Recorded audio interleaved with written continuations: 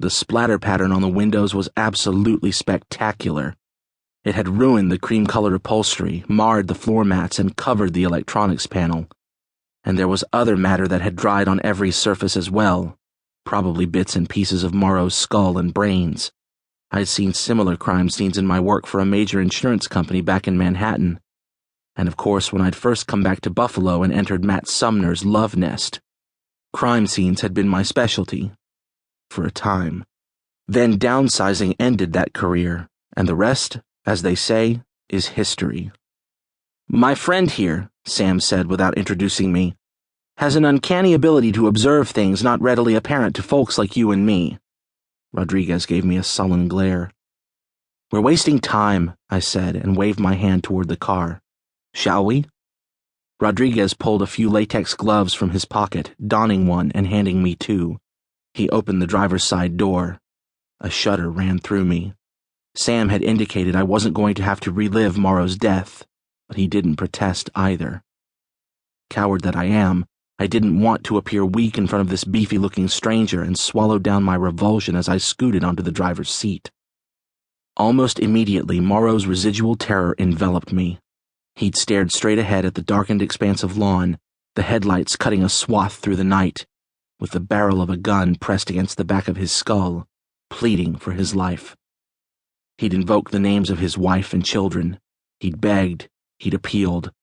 But the one thing he wasn't prepared to do was divulge the whereabouts of the millions and millions of dollars he'd stashed in some safe place, somewhere no one, least of all his killer, was ever likely to find them.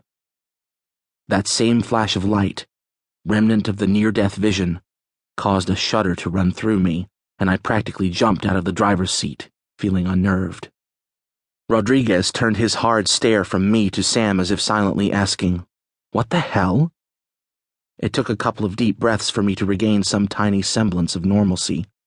Sam said nothing but gestured toward the car's back seat. My head was already beginning to thump. Why had I ever agreed to put myself into such an unpleasant situation? For a free lunch? Crap, I could eat a box of store-brand mac and cheese for far less than $1. I didn't need to be bribed with filet mignon. And still, there Sam stood, expecting me to lay aside all my fears and just thrust myself into what was literally the hot seat of a killer. Stupid me. I did it, but not without reluctance, which I was pretty sure Sam could tell by my expression. He looked worried, but his concern wasn't enough to put a stop to this little endeavor. My ass hit the seat, and I was enveloped by an aura with which I was already familiar. It was the same one that had been attached to the chalk cube. He'd held a Glock with a full clip. His voice had been reasonable, chillingly reasonable, as he'd outlined the consequences of not giving the answers he required. But after sitting in the driver's seat, I knew that Morrow had believed, known, that no matter what this monster promised, he was as good as dead, and he'd been right. But things that hadn't been clear to me when sitting up front came into sharper focus when compared with the sensations the killer had experienced in those final minutes. Seconds, before the world and Morrow's head had exploded in a shower of blood, brains, and bone. Again, I practically jumped out of the back passenger seat, my breathing harsh, as though I was suffering from an asthma attack. "Are you okay?" Sam asked. I had to hold it in. Rodriguez was staring at me like I was some kind of imbecile, while Sam looked cautiously optimistic. "Yeah," I said, my voice tight, and felt anything but.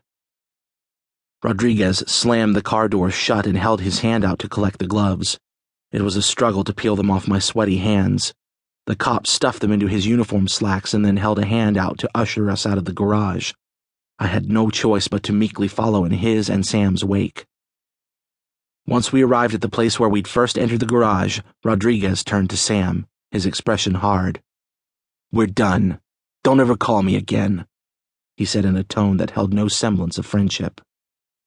"It's been a pleasure," Sam said with a smile, but I could tell by the timbre of his voice that he wasn't happy about the situation.